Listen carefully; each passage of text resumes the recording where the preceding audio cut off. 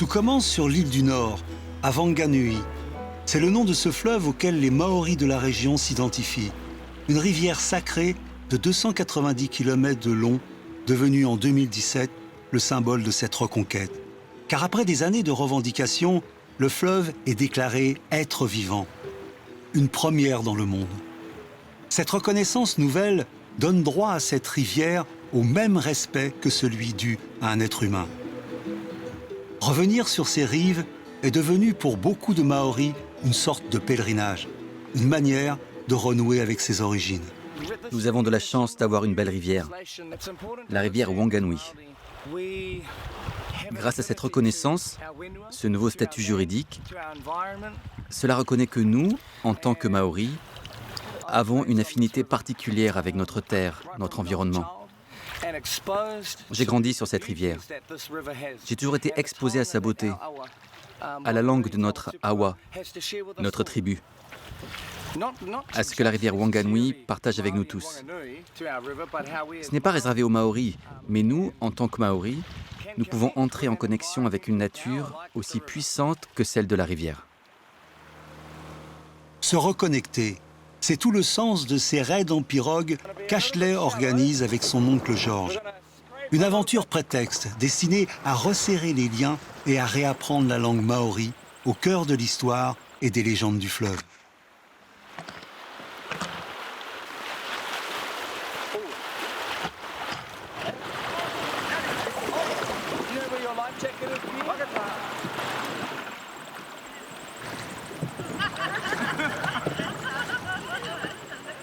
Pour les Maoris, l'humain est indissociable de son environnement.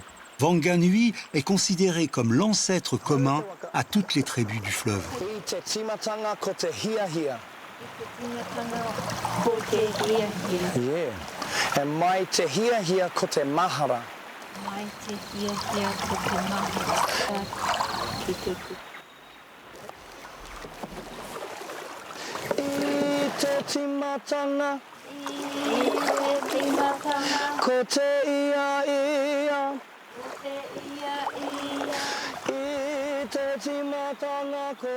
Arissi et sa sœur Rereomaki ne sont jamais revenus dans le village de leur enfance.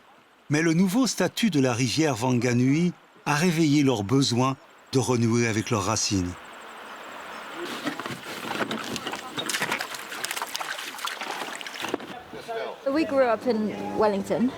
Nous avons grandi à Wellington et nous sommes citadins. Cela va être une belle aventure. Nous sommes impatients de la vivre et de nous reconnecter au fleuve. Se sentir chez soi.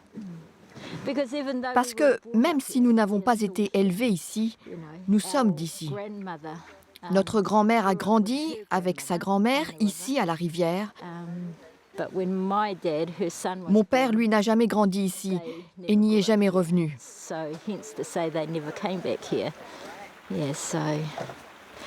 Cela va être formidable.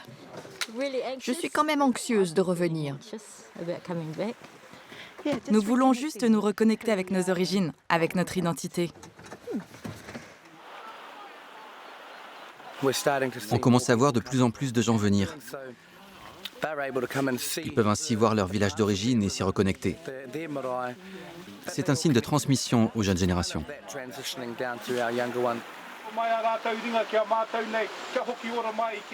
Ces retrouvailles avec la rivière Wanganui sont célébrées par une prière collective. Elle permet d'unir un peu plus tous ceux qui se définissent comme les enfants du fleuve. Ce voyage qui doit les amener vers le dernier village encore habité doit renforcer ce lien.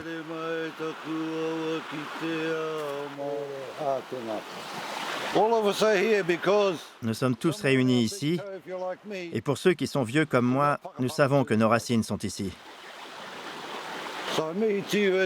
Voilà pourquoi nous ressentons le besoin de revenir dans ce lieu.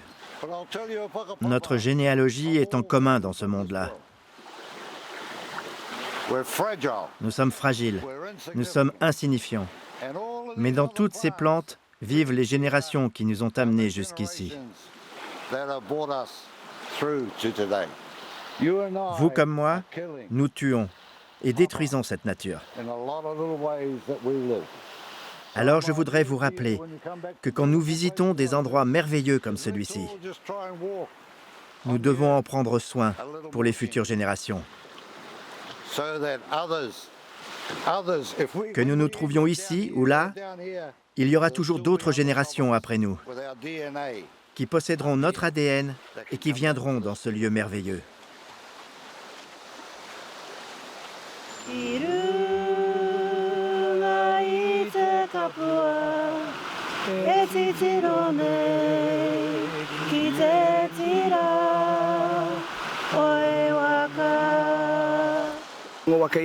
Saisissons cette occasion pour nous rassembler.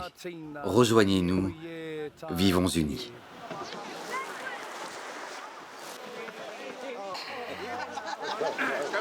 Even if we fall over, I'm not scared.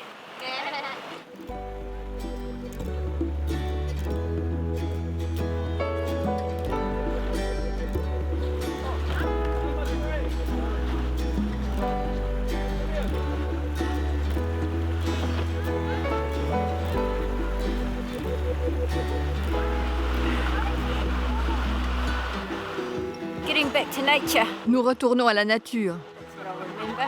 C'est ça dont je me souviendrai. And sharing time with you. Et partager tout ça avec ma sœur. Rencontrer des personnes nouvelles. Oui, ça fera beaucoup de souvenirs.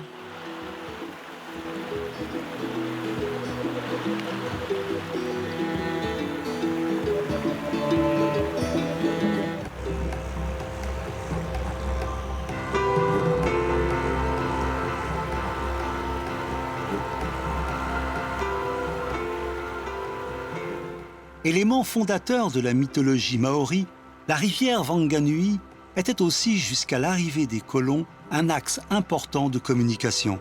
La région était l'une des plus peuplées. Mais avec le traité de Waitangi de 1840, qui fit de la Nouvelle-Zélande une colonie britannique, les Maoris sont peu à peu dépossédés de leur territoire.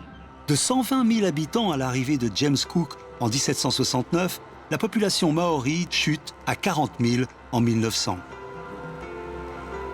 Depuis, les tribus de Wanganui n'ont cessé de revendiquer leurs droits sur le fleuve. Historien et membre de la tribu Atemaona, Inya a accompagné les dernières tractations qui ont abouti à la reconnaissance du fleuve. Lorsqu'on nous a accordé un statut juridique, cela a démontré que la couronne avait enfin reconnu ce pourquoi nous nous étions battus durant les 150 dernières années et le prix que nous avons payé pour atteindre cette reconnaissance. Nous savons aujourd'hui que la rivière est malade. L'appétit insatiable des Européens et des colons en matière de conquête de territoire les a conduits à remonter la rivière. La rivière en a subi les conséquences. Le paysage a changé quand ils ont commencé à utiliser la dynamite. Ils ont modifié le cours de la rivière pour faire passer les bateaux à vapeur. Il faut ajouter à cela l'impact de l'agriculture et de l'élevage en termes de ruissellement. Le débit de l'eau a diminué aussi à cause des centrales hydrauliques électriques et tout cela provoque une forte production d'écume et un réchauffement de l'eau. Mais nos valeurs sont désormais reconnues par la loi.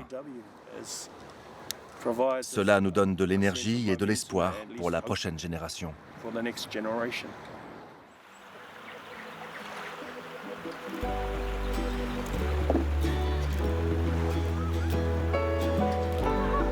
Retour sur le fleuve plus en aval, où l'expédition d'Ashley atteint son objectif principal, le dernier village encore habité. Nous sommes arrivés à Tieke, un lieu très important de la rivière, avec une histoire significative. Une histoire qui a vraiment façonné ce que cet endroit est devenu aujourd'hui. C'est une magnifique expérience. D'être en famille, connecté à la rivière, aux personnes présentes, à la terre entourant la rivière. C'est fantastique. Oui, c'est très bien. Ça remplit l'esprit, le cœur. Oui, c'est très bien.